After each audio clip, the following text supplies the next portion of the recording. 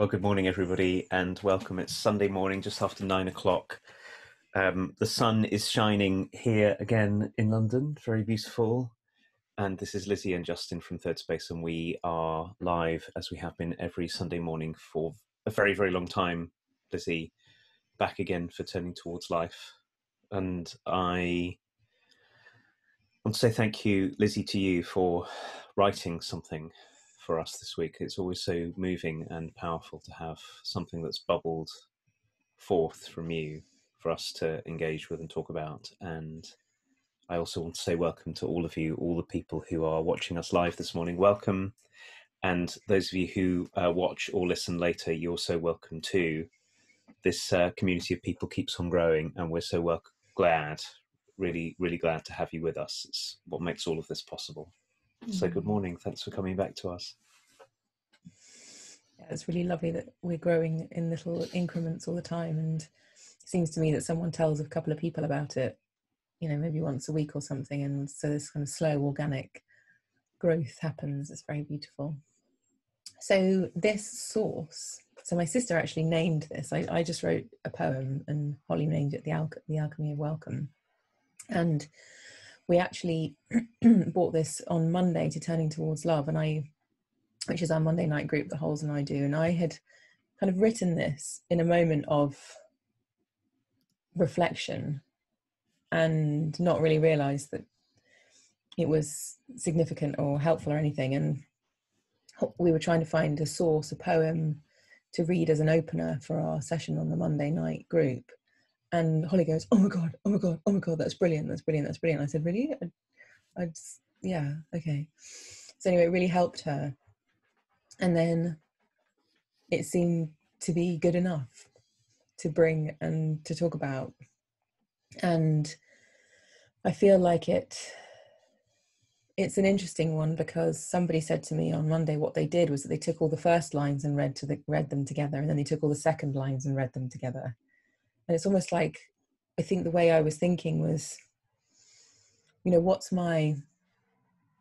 maybe like the first lines I could say are my habitual response, the kind of reactivity that I can be in.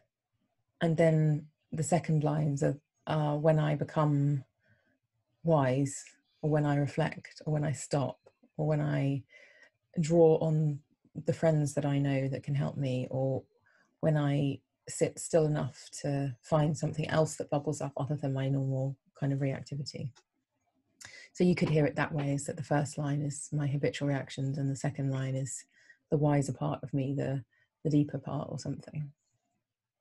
And also I really love this kind of paradox thing about life that I can never figure out, because that's not the nature of it, but it seems to me a bit like that as well. So I'm going to read. So this is called The Alchemy of Welcome, and maybe we can take a minute and just settle ourselves in the listening, and I'll settle myself in the reading of it as well. So just finding our feet on the floor a little. Maybe if you're walking, you could become present to the fact that you have feet. Maybe if you're sitting, you could become present to the fact that you're being held by whatever you're sitting on. And just breathe a little deeper. And see what happens as we open into this poem. So the alchemy of welcome. Perceive problems and they will stay. See the gifts and find your way. Hold on tight and it will fall. Open your hand and receive it all.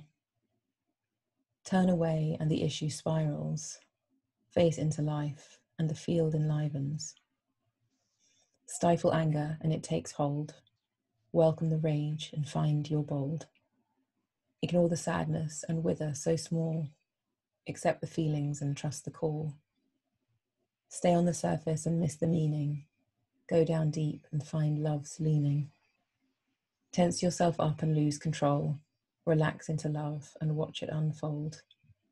Spinning around and to live is a labor.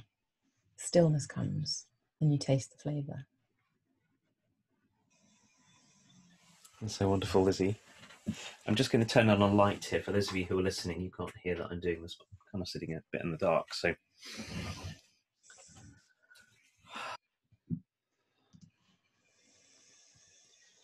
I'm going to take up this playful invitation you made, Lizzie, to read your work not in the way that you wrote it, but in the other way. So I want to say to everyone who's listening, you can always find the sources that we're using in their original form, either in our Facebook group, which is just Turning Towards Life, and you're so welcome to join us, which is where we go live, but also on the turningtowards.life website. So you can come back if you want and read Lizzie's words as you wrote them. But I'm going to read the first lines all together, and then I'm going to read the second lines all together. With your permission, Lizzie. Absolutely. Perceive problems, and they will stay. Hold on tight, and it will fall. Turn away, and the issue spirals. Stifle anger, and it takes hold. Ignore the sadness, and wither so small. Stay on the surface and miss the meaning. Tense yourself up and lose control. Spinning around, and to live is a labor.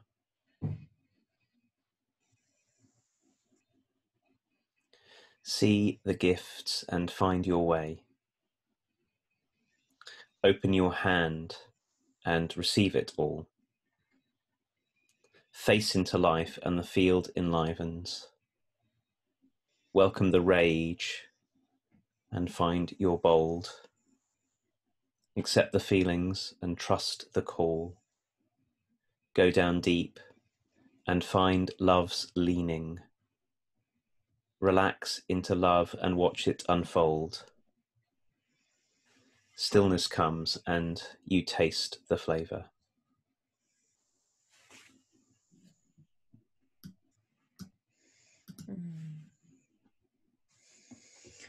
Oh, it's very,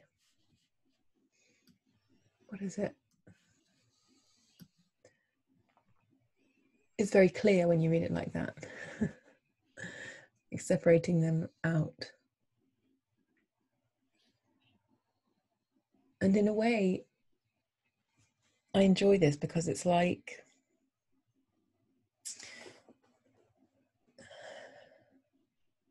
the more we might think of our wisdom and feel it and live into it, the greater our capacity grows for accepting our reactivity. So as you were reading it, I was feeling like, oh, it's okay that, I grip on tight to things because there's this other thing too. So it's not like I didn't feel like I had to get rid of the first lines. When you read it, I felt like because the second lines exist, the first lines aren't such a big deal. Like, of course that's going to happen. Of course I'm a person interacting with other people and I have a life that's filled with kerfuffles like anybody else's life. And I will be controlling and I will be reactive and I will be annoyed at things and sad and all the things. And there's all these ways that I am able to cultivate the other parts of me that are really helpful, that are like the space into which those things can happen. And I'm not just them. So I'm not just turning away. I'm not just angry. I'm not just ignoring my sadness. There are other things happening that help me see that and accept that. And in the second lines, I can notice the first lines more clearly. That's how I felt when you read that. Yeah, it was wonderful. I found it wonderful hearing it both ways round. Hearing the proximity of the contractions and the tightness that we all get into, right up close against the invitation that goes with each one of another way, and then feeling in the way I got to read it, Lizzie, feeling the recognition of the so many ways in which I and all of us get caught, get stuck, get smaller than we might be, feeling all of that together without it being interrupted by a call to the something had to be different. Because the first thing is, oh yes, I am that, and I'm that, and I'm that, and I'm that, and I'm that. That's true. And it seems to me so important and so helpful to know ourselves as people who get stuck, who turn away, who contract away from life, and to know that's in one way just as part of what it is inevitably is to be a human. It feels very honoring, while at the same time then feeling, in reading the second pairs of lines together, feeling the kind of depth that we can be simultaneously present. And I love this way. I was imagining this. It's hard if you're listening to see the way I'm going to show this with my hands, but I'll try and describe it. That there's a sort of surface way we can be, where we get caught up in our own reactivity, and a deeper current that underlies it, which is where you talked about wisdom to start with, which is where our wisdom lies. And to be human is always for both to be present, but to be able to feel the wisdom and the depth that can be underneath all of our contracting and reactivity. And that feels to me both to be enormously honoring of what it is to be a human, and also to reuse the word you've used often, and opening to feel that underneath all of this, look, there I got caught again, I got self-critical again, I snapped at you again, I held too tight, I tried to force something that shouldn't be forced, all of that. And there's all of this, and a place that I can return to. And I appreciated that so much in both in your speaking to introduce these words and in the words themselves. I've been thinking about this a lot, and see if I can give language to this. There's this really poisonous thread in our culture which goes, for anybody who gets interested in the possibility that they might wake up to a different way that they could be, that turns that into a linear journey, which goes, I was once a reactive person, and now I'm a non-reactive person, or I'm an enlightened person, or I'm a wise person, as if we would cut off the part of ourselves that's reactive, and that's what we're meant to do. And it's incredibly poisonous, both because it's impossible, I think.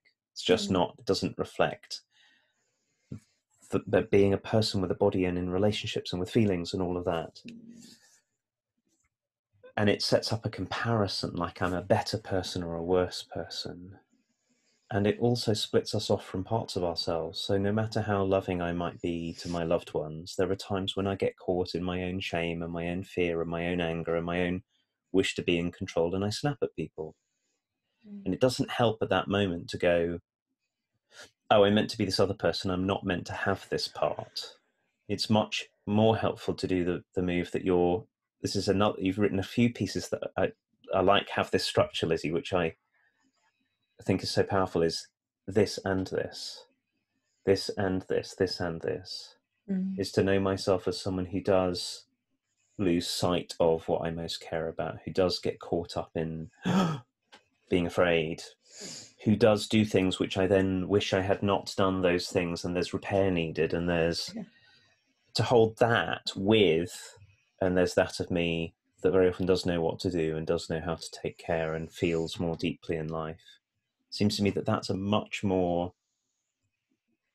honest and liberating way to come at ourselves than to imagine that somehow we have to turn ourselves into angels or saints or I don't know what. Yeah, as you say that, I'm feeling like the tyranny of that that perception that there's a place to arrive at, and how the minute you get into that paradigm, it's complete torture because of what you're saying, that this is going to happen. So like our humanness becomes the way that we torture ourselves rather than the way that we accept ourselves or something. And the fact that there is also, I think there's also for me something to do with like holding on to like peak experiences. So there are times in my life where I have felt extraordinarily free and able to be in stuff with spaciousness and expandedness, and that's beautiful. But I know the part in me that uses that as, oh well, at that point in my life I was whatever the word is, okay, I was fine, and now look at me. And then I get to blame somebody for making me that way. So it also kind of spins out in different ways, this thing I think that the personality just naturally does, which is to set up a kind of success and failure narrative rather than being in the spectrum of being human and letting it all be here, and having standards for ourselves of the way that we're supposed to be according to something I read or somebody I know. And it feels really, really mean, actually, like a whole nother layer of suffering that we can add on to what is a painful experience sometimes of being a human anyway. It's like maybe it's another way that we kind of deflect from what we're actually experiencing too, which is to put ourselves on some kind of measuring stick at the same time as being in the experience that we're in. And therefore, we're not really experiencing what's given to us to experience in life. We are mostly measuring ourselves against some imaginable standard stick of whether I'm enlightened or settled or mad or whatever. We're putting a judgment call on how we're being. And it feels really unhelpful, actually. And to let it all be here and let us be who we are in any moment, whilst also being this consciousness that we are too, like we're learning, to see it as learning. And actually, wouldn't it be more helpful if we had a narrative at the beginning of things that we were told, like when we were really small and when we were at school and all that stuff, about the human journey? And when this arises, maybe we could welcome it. And when this arises, maybe we could say thank you to it. Like in this moment, I'm kind of astonished that there isn't anything for in the kind of mainstream world about how to be a human, how to work with this complex beings that we are, and how to live in a way like it's like we might need to be shifting some of our bigger cultural narratives about what it is to be a human being in order for this to be commonplace, rather than a small little podcast on Turning Towards Life where we talk about these things and write poems. It just feels like, and I see that we're also playing our part in shifting the narrative, because anyone listening to this gets to see that there's a different way of thinking than what we got taught broadly in our culture. And maybe different cultures teach this differently too. I feel like maybe there are far more enlightened cultures than the predominant culture that I've been part of. And of course, I've been part of other cultures that teach things differently, but I probably entered them not in a mainstream way. So living in India for a while, I certainly didn't like hang out in a standard school. I went to an ashram where clearly the narrative is very different. And so I feel like, wouldn't it be amazing if the mainstream world had a different predominant something to teach us how to be human, or teach us how to hold our humanity with generosity and an implicit feeling of benevolence rather than an implicit feeling of lack or competition or standards or economics. It feels like the world really needs that. Otherwise, it's so easy to just torture ourselves. There's so much to say about our culture to even begin to pick apart what it is that we've forgotten. And I was thinking as you were talking, Lizzie, about the narratives of progress that we have, that things go from being worse to being better, Yeah. which sometimes things do, and that's wonderful. But when we mistakenly apply that to ourselves,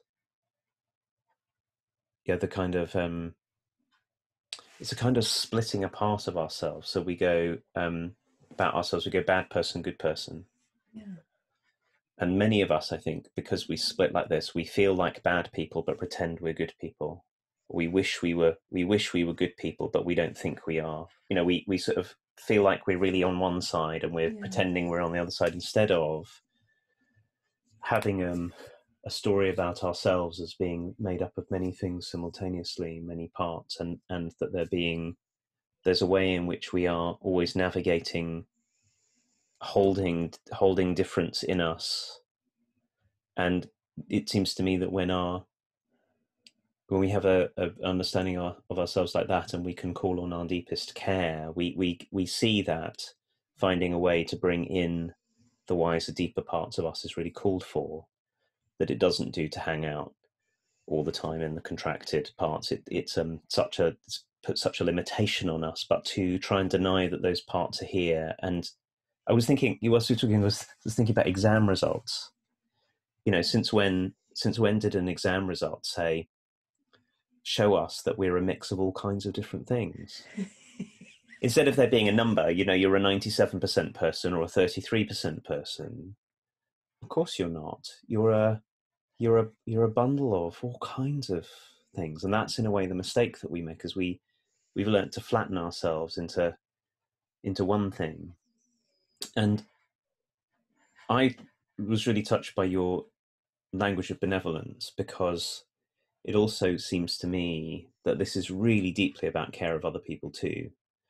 That when we see ourselves as either on either side, you know, I'm the enlightened one, which either means you, Lizzie, are or are not one of the enlightened ones, and I will treat you accordingly, or I'm not the enlightened one, I'm the terrible broken one, and now I either have to miss out on all of your suffering because I treat you like you're all sorted. Yeah. See, once we're into that kind of splitting apart, and a couple of other parts of this. So when I wake up in the morning, I often feel like I'm in contact with mostly the first ones of these lines. I think I've said this to you before. I don't know what it is, the dreams I have, the way my body tightens when I'm lying down over a long period of time. And recently I've come across a Qigong body practice taught by our very, very lovely friend Steve March. I've been watching Steve's videos of him doing opening, settling, finding yourself, and I've been practicing that along with him every day for a few days.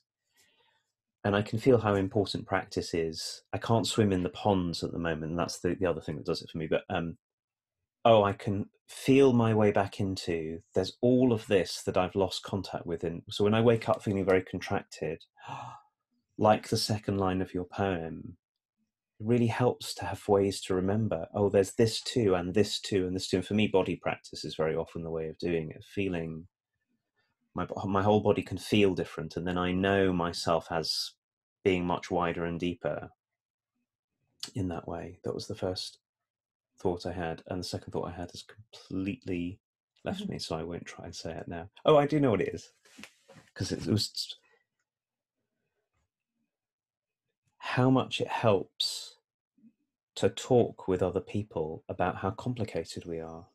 Yeah. Instead of pretending to you that I'm all together, is being able to tell you the ways in which I am together and in contact with my depth and my wisdom, and also tell you, I'm really confused, I'm really frightened, I just snapped at someone I love, I just snapped at you, I'm sorry.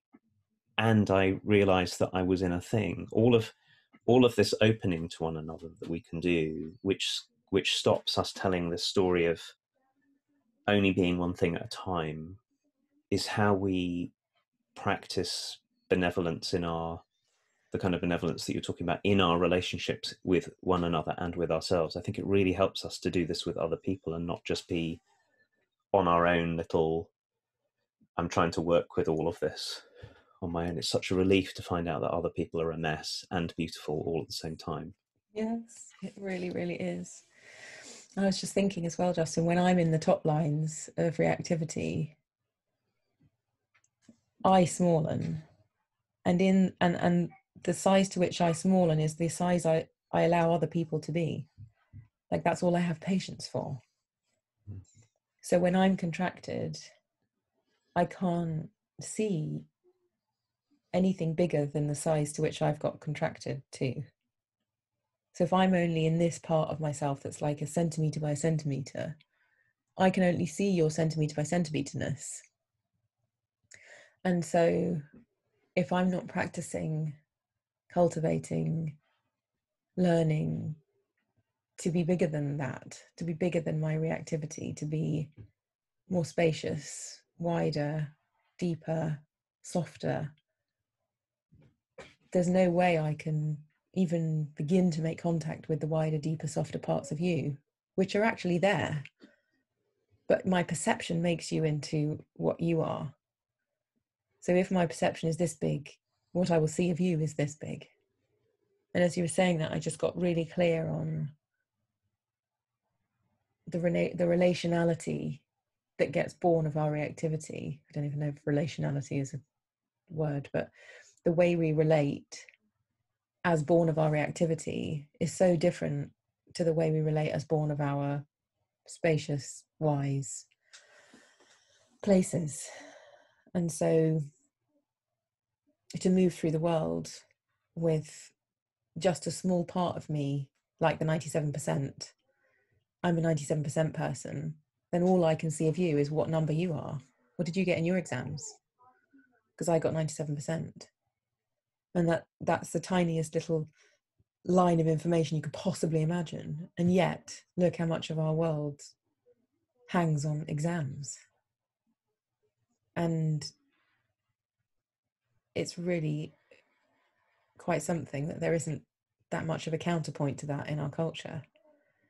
There's very, very like swathes of different metrics to measure people. And yet, like these conversations we have, a lot of people are like, ooh, that's a bit weird, isn't it? You know, the majority of people, this is not a normal conversation for. This is not a everyday occurrence. And, you know, there happens to be about 1,000 people around the world who want to listen to this. And of course they tell other people, and I'm sure there's lots and lots more who would like to listen too, in a way. But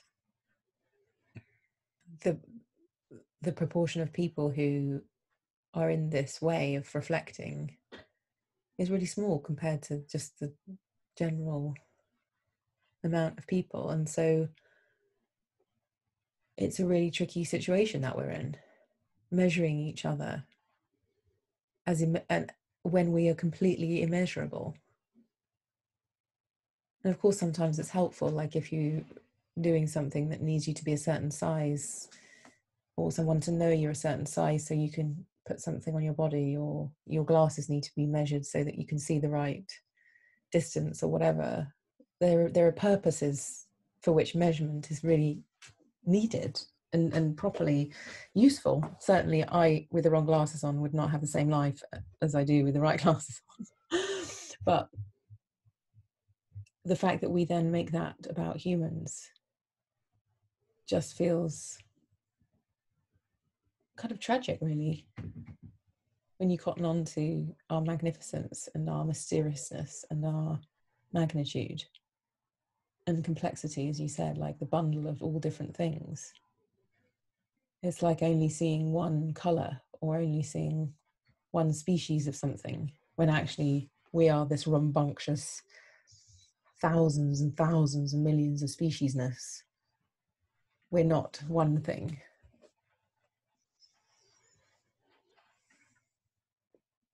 This point you make, that measurement is of value for eyesight, for your shoes, but also for other things like if I'm going to have surgery, I'd really like to have surgery from a doctor where other people have measured, taken some trouble to measure that she or he is capable of doing surgery, and somebody else is measuring in an ongoing way the outcomes that keep on happening to check that they're able to do it. So the measurement is so important. What I could hear in what you were saying is the mistake is whenever we, in whatever way we measure ourselves and take the measure to be us.